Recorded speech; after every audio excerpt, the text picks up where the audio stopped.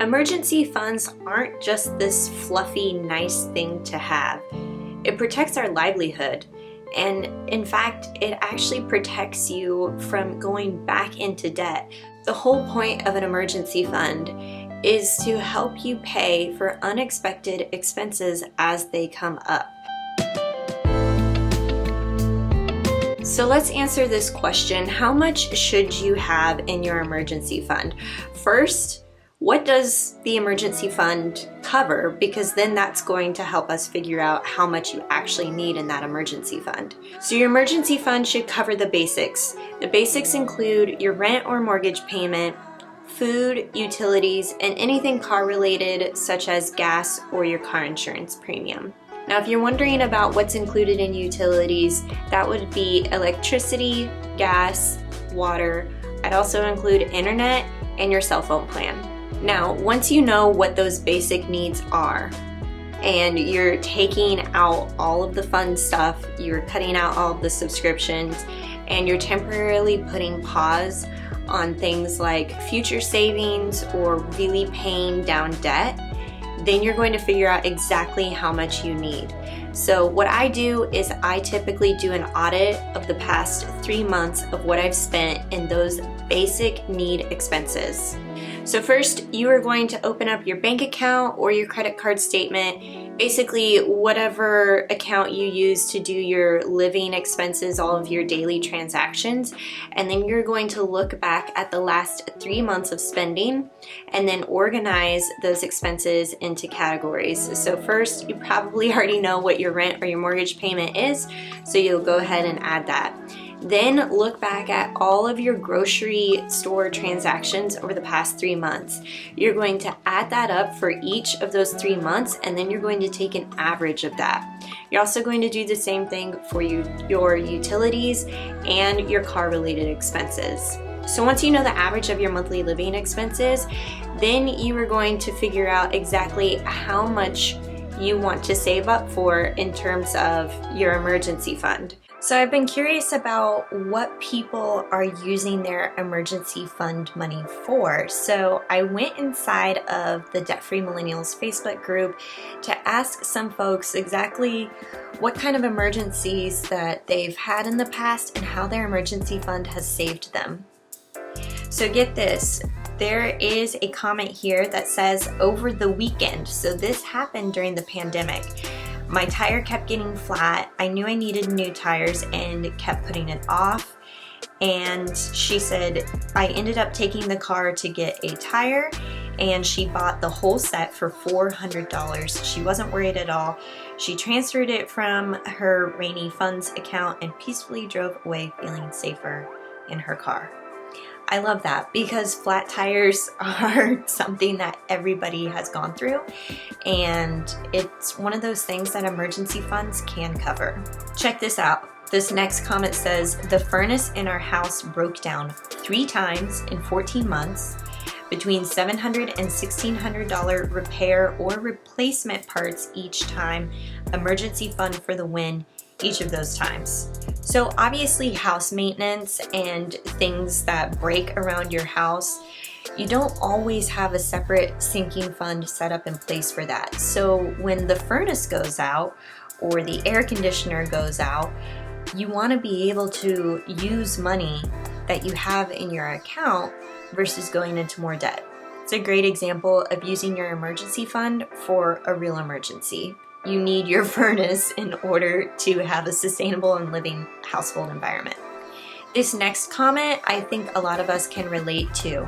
So during the coronavirus pandemic, a lot of people are experiencing job loss or pay cuts. And this example, the comment says, today we found out that my company is doing temporary pay cuts for everyone. And a bunch of military training my husband was supposed to do has been canceled. Our savings is about to keep us afloat. So from furnaces to flat tires to job loss or pay cuts, your emergency fund is built to handle these types of situations. So I wanted to find out what Dave Ramsey had to say about emergency funds. He's a big-time author and radio show host and known for his book, The Total Money Makeover. Now, in this video, he tells a caller you can't ever mess up an emergency fund by having too much. So I'm reading his Total Money Makeover, and in chapter 6, he talks about having the $1,000 emergency fund. Now, he talks about this as being the first step as part of his baby step program. Before you start paying down a lot of debt, he suggests having a $1,000 emergency fund. But here's the thing, he knows that $1,000 is not enough in most cases to cover big unexpected expenses. So he says in this chapter, it's going to rain, the job is downsized, right-sized, reorganized, you just get plain fired, there's an unexpected pregnancy, car blows up, grown kids move home again, you need an emergency fund. And then he says, now obviously $1,000 isn't going to catch all these big things, but it will catch the little ones until the emergency fund is fully funded. So after you pay off your mountain of debt, then he says later in chapter 8 that you should be saving anywhere between 3 to 6 months for a fully funded emergency fund. I also wanted to find out what Rami Malek had to say about emergency funds. He's a big-time personal finance advisor, author, most commonly known for his book, I Will Teach You to Be Rich. Now I'm reading the second edition. This is the most updated version of his I Will Teach You to Be Rich book, and he says in chapter 2 about savings accounts that savings accounts are places for short-term or mid-term savings, that's 1 month to 5 years, and you want to use your savings account to save up for things like vacations, holiday gifts, longer-term items like a wedding or a down payment on a house. But he doesn't specifically call out emergency funds. In fact, I didn't see any mention about emergency funds until I got towards the end of the book, where he talks about knowing when to sell your investments, and he says you need the money for an emergency. So he talks about if you need money for an emergency, 1, you use your savings account. 2, earn additional money. 3, ask your family if you can borrow from them. 4, use the money in your retirement accounts. Or 5, use your credit card only as a last resort. I can't believe he actually wrote this in his book.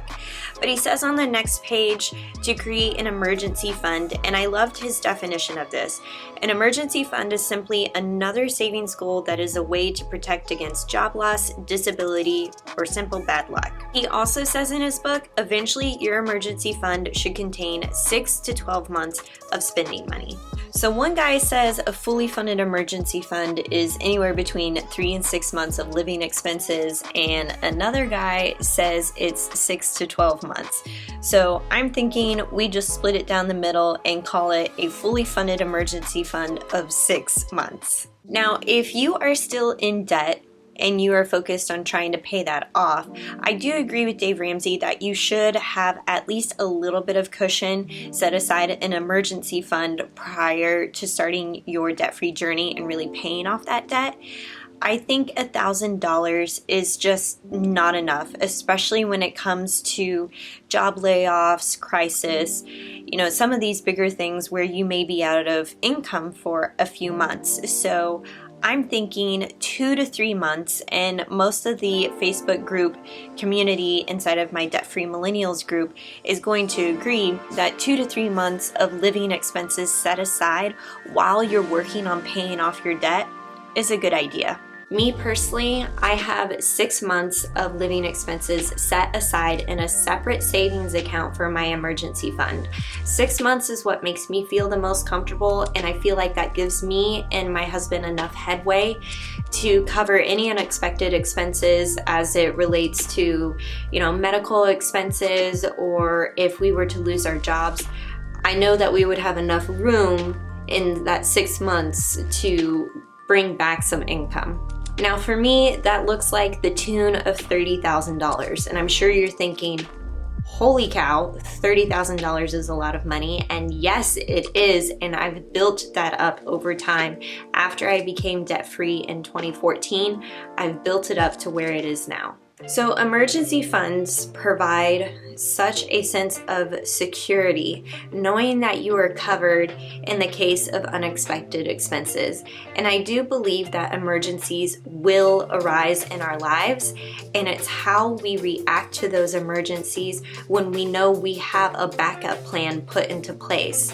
That is why during things like crisis modes, a pandemic, anything like that, when I have an emergency fund, I don't operate my life out of panic. I operate it out of clarity because I know I had a plan put into place specifically for these types of events. So if you are looking to start your emergency fund or you're not sure how much you should have, aim for 2 to 3 months first and then build that up over time. Ideally, you want to have at least 6 months of emergency expenses. That's how much that makes me feel comfortable, but maybe you want to aim for 9 months or a year, a whole year's worth of living expenses set aside in a savings account. For more information on that, be sure to check out this next video on 8 ways to save for an emergency fund.